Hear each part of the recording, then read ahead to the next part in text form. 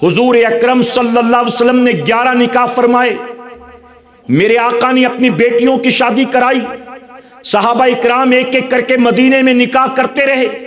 मैं पूछता हूं, बताइए 1400 साल की तारीख में क्या आपको कहीं डीजे नजर आता है, बैंड बाजा नजर आता है, ढोल नजर आता है, वीडियो शूटिंग नजर आती है, ये खेल तमाशे नजर आते हैं, ये 56 भोग नजर आते हैं, ये हल्दी मेहंदी की रस्में नजर आती हैं, ये जूता चुराई नजर आती है, ये सारी चीजें जो हमने अपनी तरफ से पैदा कर रखी है। आप बताओ क्या किसी सहाबी की शादी में ये तमाम चीजें हमें दिखाई देती हैं? मेरे प्यारे आका के पैरवानों, शादी को बोझ मत बनाओ, बल्कि शादी को सादगी के साथ करो। और शादियां जितनी सादगी के साथ होती हैं, मेरा करीम उतना उसमें बरकत अता फरमाता है।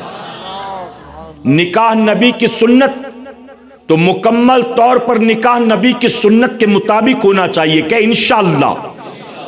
रस्मों रिवाज की परवाह ना करो, खुराफात की परवाह ना करो। तहरीक सुन्नी दावत इस्लामी से वाबस्ता होने के बाद, मुबल्लिगीन की सोहबत में उठने बैठने के बाद, अगर कोई 20, 23, 24 साल का जवान अपनी शादी के मौके पर यह कहता है कि अब्बा मेरी शादी में नाज शरीफ की महफिल होगी, मेरी शादी में फला मुबल्लिग को बुलाकर मैं बयान करवाऊंगा, मेरी शादी में डीजे नहीं बजेगा, मेरी बारात बैंड के साथ नहीं जाएगी, तो जानते हो पहले तो बाप आंख दिखाता है, उसके बाद मां समझाती बुझाती है। अगर उसने अपने मां बाप को कन्विंस कर भी लिया, अगर उसने अपने मां बाप को मना भी लिया, तो खाला नाराज हो जाती है, मामू नाराज हो जाता है, बड़े अब्बा नाराज हो जाते हैं कि अगर शादी में तुझे यही सब करना है तो जा तू कर ले शादी, हम तेरी शादी में आने वाले नहीं। कैसी शादी? अगर शादी में डीजे न बजे तो लोगों को पता कैसे चलेगा कि यह शादी का घर है? अगर पूरी गली सजाई न जाए, हल्दी मेहंदी की रस्में न की जाए, तो लोगों को पता कैसे चलेगा कि शादी का घर है? खाला कहती है मेरे अरमान कितने थे तुझे पता है तेरी शादी के लिए, और तूने सारे अरमान पे पानी फेर दिया। तू गाने नहीं देगा, तू ढोल बजाने नहीं देगा। पूरे गांव के रज्जगे हम करते हैं और अपने घर में रज्जगा ही नहीं। इस तरह से खानदान वाले अड़ जाते हैं। मामू कहता है जा तू कर ले, मैं नहीं आने वाला हूं, आज से तू मेरा भांजानी में मर गया तेरे लिए। अल्लाह अकबर। बात शरीयत की करे तो खुद पूरा खानदान उसके पीछे लग जाता है। मैं कहता हूं मुसलमानों, एक बात अच्छी तरह से समझ लो, अगर आप अपने घर होने वाली शादी को शरीयत की रोशनी में कर रहे हैं, और अगर कोई आपका अपना नाराज हो गया, उसने कहा मैं नहीं आता, उसने कहा मैं नहीं आती, उसने कहा मैं आऊंगी तो गाऊंगी, मैं आऊंगा तो अपनी तरफ से बैंड लाऊंगा, अगर आपके खानदान वाले कोई नाराज हो जाएं और कह दें कि अगर इस तरह से शादी करेगा तो हम नहीं आएंगे, तो मैं कहता हूं उन्हें मनाने की जरूरत नहीं है। उसकी वजह कि अगर वो नहीं आते तो ना आए। अगर आपकी शादी हुजूर की सुन्नत के मुताबिक हुई, शरीयत के दायरे में हुई, नबी की नातों और नबी के दुरूदो सलाम की लड़ियों के साथ हुई, आपकी शादी में चंद खानदान वाले गांव वाले ना भी आए, उनको ना आने दो। अपनी शादी शरीयत के दायरे में रहकर करना, यकीनन आपकी शादी में अल्लाह आसमान से रहमत के फरिश्ते भेजेगा। मेरे प्यारे आका अलैहिस्सलातु तस्लीम के पैरवानों, हम मुसलमान हैं, कहें अल्हम्दुलिल्लाह। क्या बताइए हम सिर्फ जुमा के मुसलमान हैं, जिस दिन 2 रकात पढ़ना हो उसी दिन के मुसलमान? हम ओकेशनली मुसलमान हैं कि परमानेंट मुसलमान?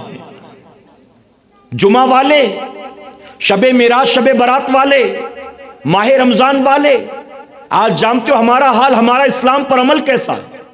हमारा और आपका इस्लाम पर अमल जानते हो कैसा है? हमारे यहां किसी का इंतकाल हो तो इंतकाल के बाद तीजा भी कर रही हैं, 8वां 10वां 40वां बरसी भी, और इन चीजों पर, इन मौकों पर क्या करते हैं? कुरान ख्वानी होती है, आयत करीमा का खत्म होता है, कभी डेगे पकाकर गरीब गुरबा को खिलाया जाता है, यानी उनके इसाले सवाब के लिए सब कुछ करते। किसी का इंतकाल हो जाए घर में तो तीजा, 8वां 10वां 40वां बरसी, और उसी घर में 6 महीने 8 महीने के बाद शादी हो तो डीजे भी बज रहा है, बैंड बाजा भी आ गया है, पटाखे भी खरीद लाएंगे। मैं पूछता हूं, यह कैसा इस्लाम पर अमल? ये आधा तीतर आधा बटेर नहीं चलने वाला है। आप कहें कि इंतकाल होगा तो कुरान खानी भी करेंगे और शादी होगी तो बैंड भी बजाएंगे। मेरे प्यारे आका अलैहिस्सलातु तस्लीम के पैरदीवानों, याद रखना, घर में तुमने कुरान खानी की तो यकीन है तुम्हें कि कुरान खानी करने से अल्लाह मरहुमीन की बख्शिश फरमाएगा। कुरान खानी करने से अल्लाह घर में रहमत का नुज़ूल फरमाएगा। कुरान खानी करने से अल्लाह रोजी में बरकत अता फरमाएगा। तो ये क्यों भूल गए हो, कुरान खानी करने से जहां अल्लाह की रहमत बरसती है, वहीं डीजे बजाने से अल्लाह की लानत भी तो उतरती है। वो तुम भूल गए। तुम्हें अल्लाह की रहमत का इंतजार है और लानत का कोई ख्याल नहीं। मेरे प्यारे आका अलैहिस्सलातु तस्लीम के प्यारे दीवानों, ये कैसे मुसलमान कि खुद अल्लाह उसके फरिश्तों की लानत को अपने घर में दावत देते हो। अल्लाह उसके फरिश्तों की लानत को अपने घर में दावत देते हो। लोग हमसे पूछते हैं, जब बात जहेज की आती है, खातून जन्नत का जहेज क्या था? खातून जन्नत का हम कहते सिर्फ जहेज ही जानना है कि खातून जन्नत ने अपने निकाह के मौके पर जोड़ा कैसा पहना था वो भी जान ले, उनका निकाह कैसे हुआ था ये भी जान ले, उनकी रुखसती कैसे हुई थी ये भी जान ले। सिर्फ जहेज की बारी आएगी तो कहते उतना देंगे जो खातून जन्नत को दिया था हुजूर अकरम सल्लल्लाहु अलैहि वसल्लम ने। खातून जन्नत का जोड़ा, अरे वो खातून जन्नत के जिन्हें एक यहूदी की बेटी के निकाह में जाना था और यहूदी की बेटी ने दावत इसलिए दी थी कि खातून जन्नत के पास पहनने को नया जोड़ा नहीं। खातून जन्नत जब पुराना लिबास पहनकर, पैबंद लगा लिबास पहनकर महफिल में आएंगी तो तमाम यहूदी औरतें घेर कर उनका मजाक उड़ाएंगी। उनका मकसद ये था, इसी मकसद के तहत यहूदी की बेटी ने अपनी शादी के मौके पर खातून जन्नत को दावत दी। और जानते हो अल्लाह तबारक ताला ने उनके वहां जाने से पहले खातून जन्नत की खातिर जन्नत का जोड़ा भेज दिया। और जन्नती जोड़ा पहनकर जब वो गई तो जिन्होंने जलील करने के मंसूबे बनाए थे, सारा प्लान चौपट हो गया। उन लोगों ने खातून जन्नत को देखा तो जो कुछ सोचा था सब का सब धरा रह गया। कहा कि फातिमा हमें ये बताओ ये जोड़ा कहां से आया है? तो खातून जन्नत ने कहा ये मेरे बाबा के घर से आया है। कहा बाबा ने कहां से लाया है? तो कहा बाबा को मौला ने जन्नत से भेजा है। तो उन लोगों ने कहा जिसकी खातिर जन्नत से जोड़े आते हो यकीनन वो गलत नहीं हो सकती है। फातिमा हम भी तेरे बाबा का कलमा पढ़ने को तैयार। जिस खातून जन्नत के लिए जन्नत से जोड़े आए, जिस खातून जन्नत के बेटों के लिए ईद की एक रात पहले जन्नत के जोड़े आए, जिस खातून जन्नत के घर के दस्तरखान पर जन्नत के मेवे आए, वो खातून जन्नत जब निकाह करें तो उनके जिस्म पर पैबंद लगा कपड़ा, पैबंद लगा। सोचें, जन्नती औरतों की सरदार और निकाह का जोड़ा पैबंद वाला। यहां आज पैबंद वाला जोड़ा पहनकर हमारी बीवी, बहन, बेटी, मां किसी और की शादी में जाना पसंद न करें। अपनी शादी तो दूर की बात, किसी और की शादी में जाना पसंद न करें। गलत तो नहीं कह रहा मेरे भाई।